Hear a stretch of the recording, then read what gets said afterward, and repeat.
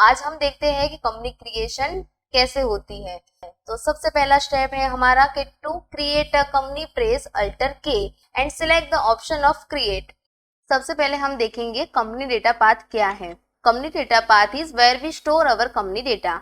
यहाँ पे हम जितनी भी कंपनी बना रहे हैं उसका डेटा कहाँ पे स्टोर हो रहा है, उसका सोर्स नीचे दिया हुआ है।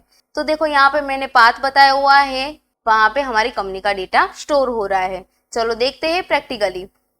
स्टार्ट ही करना है। सबसे पहले स्टार्ट ही करने के बाद सी ड्राइव में यहाँ पे यूजर्स नाम का फोल्डर है, पब्लिक नाम के फोल्डर में जाना है, टेलीप्राइम में जाना है और यहाँ पे देखो डेटा नाम का फोल्डर दिया हुआ है। यहाँ पे जितनी भी आप कंपनी बनाओगे उसका डेटा स्टोर होगा। यहाँ पे आपको कोड भी बताएगा, डेट मॉडिफाई की होगी और टाइम, यहाँ पे सब कुछ डिटेल्स आ जाएगी।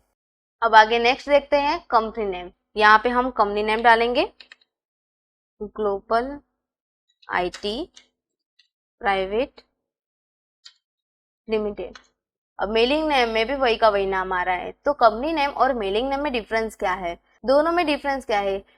कंपनी नेम में आप कोई भी नाम डालोगे तो चलेगा, लेकिन मेलिंग नेम में आपको कंपनी का प्रॉपर नाम डालना पड़ता है। कंपनी में आप जो भी एंट्री करते हो, एंट्री करने के बाद जब आप बिल निकालते हो तो बिल में ऊपर कंपनी का प्रॉपर नाम जो दिखता है वो है मेलिंग नेम। अब नेक्स्ट देखते हैं एड्रेस। कंपनी का जो एड्रेस होता है वो यहाँ पे आपको लिखना है।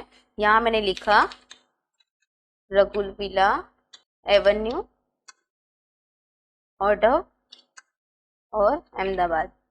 यहाँ पे मैंने कंपनी का एड्रेस लिख दिया है। स्टेट में गुजरात लिखना है आपको, कंट्री अपने आप ही आ जाएगी। अभी ना आए तो यहाँ से आप साइड से इंडिया सिलेक्ट कर सकते हो। पिन कोड, यहाँ पे आपको पिन कोड डालना है। टेलीफोन नंबर, यहाँ पे आपको टेलीफोन नंबर लिखना है। मोबाइल नंबर, आपको जो मोबाइल नंबर है वो मोबाइल नंबर लिख दो यहाँ पे। फैक्स क्या है? तो फैक्स आप दूसरी कंट्री में आप फैक्स भेजना चाहते हो तो यहाँ पे सबसे पहले 323 ये पहले कंट्री का कोड आता है। जो भी आप कंट्री में आप फैक्स भेजते हो उसका कोड आ जाएगा यहाँ पे। उसके बाद यहाँ पे फैक्स नंबर आ जाएगा। फिर ईमेल आईडी लिखना है आपको।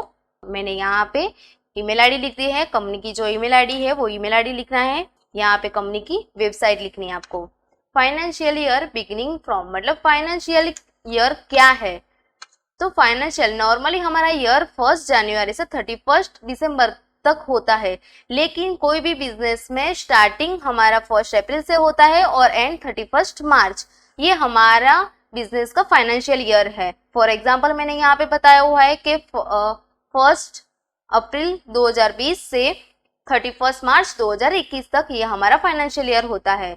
तो यहाँ मैंने लिखा है 1 अप्रैल 2020, ये हमारा फाइनेंशियल ईयर है। बुक्स बिगिनिंग फ्रॉम, हमारी कंपनी 1 अप्रैल से स्टार्ट होती है, लेकिन हम कंपनी में एंट्री कौन से मंथ से स्टार्ट कर रहे हैं वो यहाँ पे आपको लिखना है। जैसे हम 1 अप्रैल से हमारा फाइनेंशियल ईयर स्टार्ट होता है, वही मंथ से हम कंपनी में एंट्री करना स्टार्ट कर देते हैं, तो यहाँ पे आपको 1 अप्रैल रहने देना है। नहीं तो फिर जैसे हम मई में स्टार्ट कर रहे हैं तो आपको यहाँ पे मई सिलेक्ट करना है। अब आगे देखते हैं सिक्योरिटी मतलब in where we enter password to secure our company data. आपका जो कंपनी डेटा है वो आपको सिक्योर करना है, मतलब उसमें आपको पासवर्ड डाल दोगे तो आपकी कंपनी कोई और नहीं देख पाएगा आपके सिवा। तो यहाँ पे लिखा है set TallyVault password to encrypt company data, इसमें यहाँ पे आपको यस करना है। यस करने के बाद यहाँ पे टेलीवर्ल्ड पासवर्ड, यहाँ पे आप कोई भी आप पासवर्ड डाल सकते हो। कंफर्म टेली पासवर्ड, वही का वही पासवर्ड डालना है जिससे आपकी कंपनी आपके सिवाय कोई और ना देख पाए। जब आप कंपनी में पासवर्ड डालोगे तभी जाके कंपनी ओपन होगी। ये मैंने पासवर्ड डाल दिया। यहाँ पे दूसरा एक ऑप्शन बता रहा है control user access to company data, मतलब और भी सिक्योरिटी चाहिए आपको, और भी पासवर्ड आपको डालना है कंपनी में, तो यहाँ आपको यस करना है। यस करने के बाद यहाँ पे यूजर नेम पूछ रहा है। यूजर नेम आप कोई भी नाम लिख सकते हो। यहाँ पे मैंने यूजर नेम लिख दिया संतोष मौर्य। इसमें भी पासवर्ड पूछ रहा है, ऊपर वाला पासवर्ड आप डालना चाहो तो डाल सकते हो और नया लिखना चाहो तो यहाँ पे नया भी लिख सकते हो। मैंने यहाँ पे पासवर्ड डाल दिया है। नीचे के जो ऑप्शन है वही का वही रहने देना है आपको। आगे देखते हैं हम base currency symbol. Base currency symbol क्या है? करेंसी का जो सिंबल है यहाँ पे जो बता रहा है सिंबल, वो रुपीस का सिंबल है। ठीक है, फिर आगे देखते हैं फॉर्मल नेम। इसका फॉर्मल नेम क्या है? फॉर्मल नेम हम देखते हैं INR, मतलब कि इंडियन नेशनल रुपीस, इसका फॉर्मल नेम है। आगे देखते हैं सफिक्स सिंबल टू अमाउंट। यहाँ पे नो दिया हुआ है। रुपीस का जो सिंबल है वो आपको फिक्स नहीं करना है, क्योंकि जैसे मान लीजिए कि हम यहाँ इंडिया में है लेकिन हमें दूसरी कंट्री से ट्रांजेक्शन करने हैं, तो वहां पे आपको करेंसी चेंज करनी पड़ेगी। इसलिए यहाँ पे नो रहने देना है कि नहीं, हमें रुपीस का सिंबल फिक्स नहीं करना है। आगे देखते हैं हम add space between amount and symbol. मतलब कि यहाँ पे मैंने बताया हुआ है कि add space between amount and symbol का ऑप्शन यस दिया हुआ है। यस करोगे तो क्या होगा, देखो 2000 और रुपीस जो लिखा है मैंने उसके बीच में स्पेस आ रहा है। जो आप ये ऑप्शन नो करोगे तो यहाँ पे देखो दोनों के बीच में स्पेस नहीं बताएगा, तो यहाँ पे हम यस करेंगे, क्योंकि यहाँ पे हमें दोनों के बीच में यहाँ पे बता रहा है, देखो दोनों के बीच में स्पेस चाहिए हमें, इसलिए यहाँ पे आपको यस रखना है। Show amount in million, million में आपको अमाउंट शो करानी हो तो यहाँ पे आप यस कीजिए, नहीं तो फिर no. Number of decimal place. Decimal place क्या है? What is decimal place? Is a value after decimal point is called as decimal value. मतलब के पॉइंट के बाद की जो वैल्यू आती है उसको बोलते हैं डेसिमल प्लेस। यहाँ पे देखो, यहाँ पे कितने लिखे हुए हैं? 2 लिखे हुए हैं ना, तो यहाँ पे देखो पॉइंट के बाद 2 वैल्यू आएगी। जब भी आप कंपनी में एंट्री करोगे तब आप कोई भी अमाउंट लिखोगे, जैसे मान लीजिए कि हमने 2000 लिखा है तो 2000 आप लिख के एंटर करोगे तो पॉइंट के बाद 2 जीरो अपने आप आ जाएंगे, क्योंकि हमने कंपनी बनाते समय यहाँ पे 2 लिखा हुआ है, मतलब पॉइंट के बाद 2 वैल्यू आनी चाहिए। आगे देखते हैं हम word representing amount after decimal. मतलब पॉइंट के बाद क्या बोला जाता है? पॉइंट के पहले की वैल्यू जो होती है वो रुपीस बोलते हैं हम, और पॉइंट के बाद की जो वैल्यू होती है वो पैसा होता है। तो यहाँ पे देखो मैंने पैसा लिखा हुआ है, मतलब पॉइंट के बाद की जो वैल्यू है उसको हम पैसे बोलते हैं। Number of decimal place for amount in word. Word में भी पैसे को 2 ही वर्ड में लिखा जाता है, तो यहाँ पे मैंने 2 लिखा है। अब आगे देखते हैं हम, हमारी कंपनी ऐसे क्रिएट होके आ जाएगी। सारी डिटेल्स हमने फिलअप कर दी है, तो देखो ये सारी डिटेल्स फिलअप बता रही है। यहाँ पे हम इस स्क्रीन को एक्सेप्ट कर लेंगे। अब ये एक्सेप्ट कर ली हमने स्क्रीन को। यहाँ पे देखो पासवर्ड बता रहा है, तो ऊपर आपने जो पासवर्ड लिखा है वो यहाँ पे आपको पासवर्ड लिखना है। तो यहाँ पे मैंने लिखा, जो पासवर्ड डाला था मैंने यहाँ पे लिख दिया, एंटर।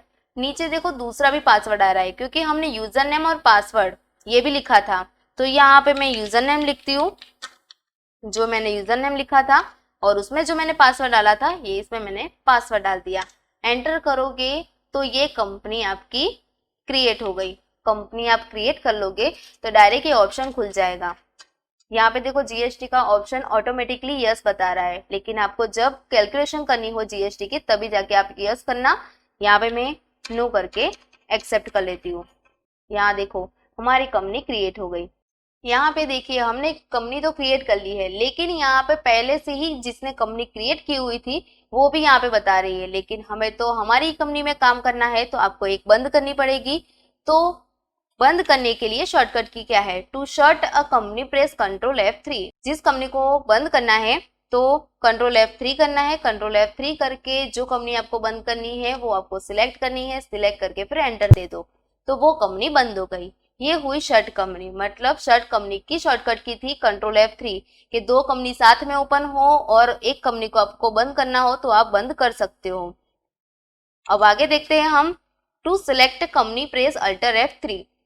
कंपनी आपको सिलेक्ट करनी हो तो, जैसे आपने आज कंपनी बना दी है लेकिन आपको कल आके वही का वही कंपनी ओपन करके देखनी हो तो आप कैसे देखोगे? तो अल्टर F3 इसकी शॉर्टकट की है। अल्टर F3 करना है और आपको जो कंपनी सिलेक्ट करनी हो वो यहाँ से आप सिलेक्ट करके ओपन कर सकते हैं। जैसे मुझे राज प्राइवेट लिमिटेड ओपन करनी है तो एंटर करो, तो ये कंपनी आपकी ओपन हो गई। अब नेक्स्ट देखते हैं, to make changes in your company press alter K and select the option of alter. Company में आपको कुछ चेंज करना हो तो चेंज कर सकते हो। अल्टर के में जाना है और यहाँ से आप अल्टर में जाओ। अल्टर में जाके आपकी कंपनी में आपको चेंज करना है तो ग्लोबल आईटी प्राइवेट लिमिटेड की कंपनी जो हमने बनाई हुई है उसको एंटर करो। एंटर करके यहाँ पे आप कुछ भी चेंज करोगे, जैसे मैंने यहाँ पे लिखा ग्लोबल आईटी, देखो चेंज हो गई और कंट्रोल ए करके कंपनी को एक्सेप्ट कर सकते हो।